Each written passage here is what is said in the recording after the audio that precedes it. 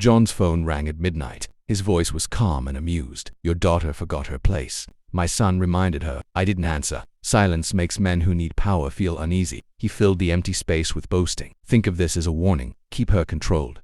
I hung up without a word, but the words hit me hard. I had hurt powerful men in 14 countries, removed leaders and generals whose names were secret. For 25 years I had made people disappear. Now, someone thought hurting my daughter was a message I would accept. No, it was a sign of weakness. And weakness has only one end. The discovery. My daughter Lena lay in the hospital bed, her face swollen, ribs broken, her lips shaking with small sounds. I sat next to her, still counting every bruise like a bill. When she woke, she wouldn't look at me. Shame came off her like heat. I asked one question. Why him? Her eyes filled, and I saw the answer in her silence. I saw the signs I had missed. The late-night calls, the quiet talks she thought I couldn't hear, the money missing from her account. These were the details only a father who lived in shadows could put together. This wasn't bad luck. She hadn't just fallen for a gangster's son. She had been set up, brought in, used. The boy wasn't her only betrayer. There was another person, closer, guiding this. I started my work quietly. I checked phone records, bank trails, and digital clues she thought she had deleted. I used to do this for governments.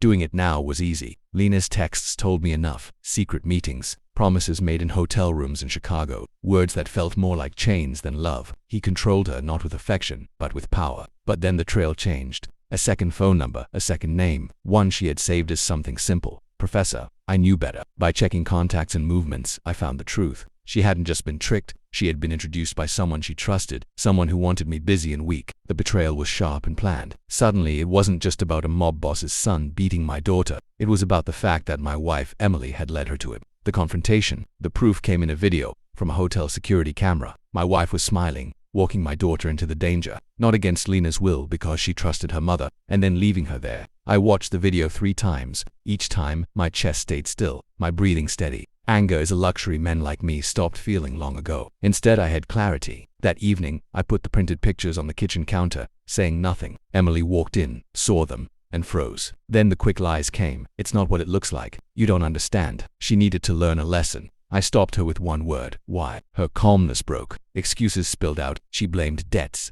threats, hopelessness. But the truth was hidden between the words. She hadn't been forced. She had been involved. I didn't shout. I didn't touch her. Instead, I placed a single envelope on the table. Inside were records, messages, and every piece of proof linking her to the betrayal. Take it, I said. Run to him. See if he helps you when I am finished. Her hands shook. She didn't open it. She didn't need to. She knew exactly what was inside. Then I added gently, Lesson 1. Pain is remembered, and you'll carry this one forever.